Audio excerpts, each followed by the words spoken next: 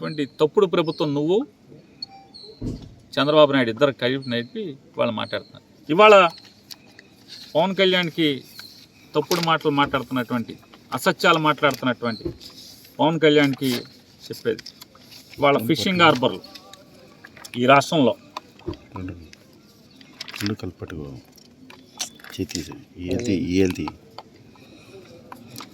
10 fishing హార్బర్ని Jaganmohan Reddy గారు వచ్చిన తర్వాత మంజూరు చేసి ఈ రాష్ట్రంలో, దానిలో 4 ఫిషింగ్ హార్బర్లు ఉప్పాడ, కాకినాడ దగ్గర ఉప్పాడ, నిజాంపట్నం, బాపట్ల జిల్లా నిజాంపట్నం, కృష్ణా జిల్లా మచిలీపట్నం, నెల్లూరు జిల్లా జువ్వలదిన్నె, ఈ 4 ఇప్పటికే శరవేగంగా పనులు జరుగుతున్నాయి. పనులు జరగటమే కాకుండా మళ్ళీ బుడగట్లపాలెం, శ్రీకాకుళం జిల్లా బుడగట్లపాలెం, అనకాపల్లి జిల్లా పూడిమడక, అలాగే పశ్చిమ గోదావరి జిల్లా బియ్యపుతిప్ప, ప్రకాశం జిల్లా కొత్తపట్నం, బాపట్ల జిల్లా ఓడరేవు, అలాగే శ్రీకాకుళం జిల్లా మంచినీళ్ళపేటలోని నీళ్ళరేవు, ఇవన్నీ కూడా central government, state government share మీద పనులు టెండర్లు పిలిచి పనులు మొదలు పెట్టేదానికి సిద్ధంగా ఉన్నటువంటిది ఈ ప్రభుత్వం. ఇవాళ ఈ రకమైనటువంటి కార్యక్రమాలు చేస్తుంటాయి. అలాగే ఫిష్ ల్యాండింగ్ సెంటర్స్, ఏదైతే జట్టీలు, జగన్మోహన్ రెడ్డి గారి ప్రభుత్వంలో జట్టీలు 6 ఫిష్ ల్యాండింగ్ సెంటర్స్, భీమిలి, అలాగే అనకాపల్లి రాజేపేట, తిరుపతి రాయదరువు, అలాగే అనకాపల్లి జిల్లా దొండబాక, అలాగే కాకినాడ జిల్లా ఉప్పలంక, ఇవన్నీ కూడా ఫిష్ ల్యాండింగ్ సెంటర్లు. మొత్తం కలిసి 127 కోట్ల రూపాయలతో పనులు జరుగుతున్నాయి. మరి జగన్మోహన్ రెడ్డి గారి ప్రభుత్వం ఈ 4 సంవత్సరాల్లో మత్స్యకారులు, సముద్రానికి ప్రాణాన్ని పణంగా పెట్టి సముద్రంలోకి వేటకెళ్ళేటువంటి మత్స్యకారుల కోసం ఇంత పెద్ద ఎత్తున, అంటే 4 ఫిష్ ల్యాండింగ్ సెంటర్లు పూర్తయ్యే దశలో మరొక 6 ఫిష్ ల్యాండింగ్ సెంటర్లు మొదలు పెట్టడానికి సిద్ధంగా ఉన్నటువంటి ప్రభుత్వం మంజూరు చేసి కొన్ని టెండర్లు పిలిచి మరొక 2ో 3ఓ కేంద్ర ప్రభుత్వం నిధుల విడుదల కోసం రేపో మాపో టెండర్లు పిలిచే పరిస్థితులు ఉంటే 6 ఫిష్ ల్యాండింగ్ సెంటర్స్ పనులు జరుగుతుంటే,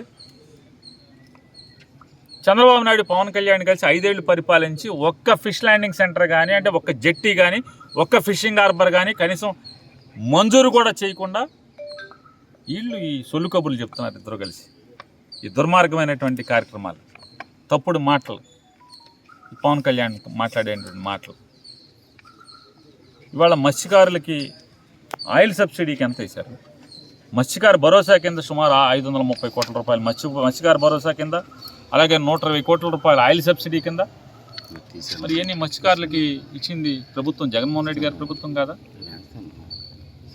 ఇంత పెద్ద ఎత్తున మత్స్యకారుల కోసం ఎవరినయ్యా జనాలను ఓట్లుగా చూసేది ఎవరంటే చంద్రబాబు నాయుడు, పవన్ కళ్యాణ్. ఏ రోజన్నా మనుషులుగా చూశారు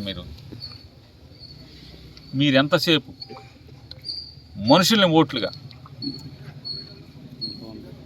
మా వాళ్ళందరినీ ఏం చేస్తున్నావు? కాపులందరినీ మనుషులుగా చూస్తున్నావా?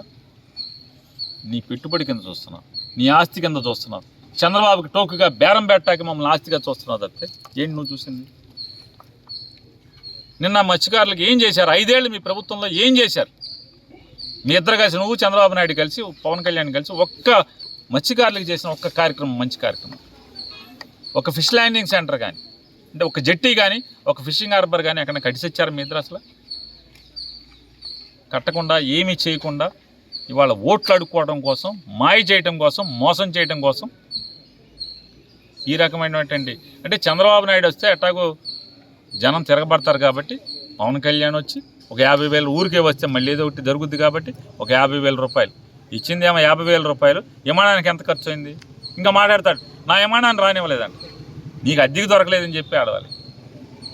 ఇవాళ ఎలక్షన్లకి సోనియా గాంధీ, రాహుల్ గాంధీ, వాళ్ళు కేసీఆర్, వీళ్ళు ఢిల్లీ వాళ్ళు ఎవడ పడితే ఆడు బీజేపీ వాళ్ళు అన్నీ స్పెషల్ ఫ్లైట్లు వస్తున్నాయి కాబట్టి స్పెషల్ ఫ్లైట్లు టైట్గా ఉన్నాయి. పెళ్ళిళ్ళలో ట్యాక్సీలు లాడ్జీలు అట్టా దొరకవు.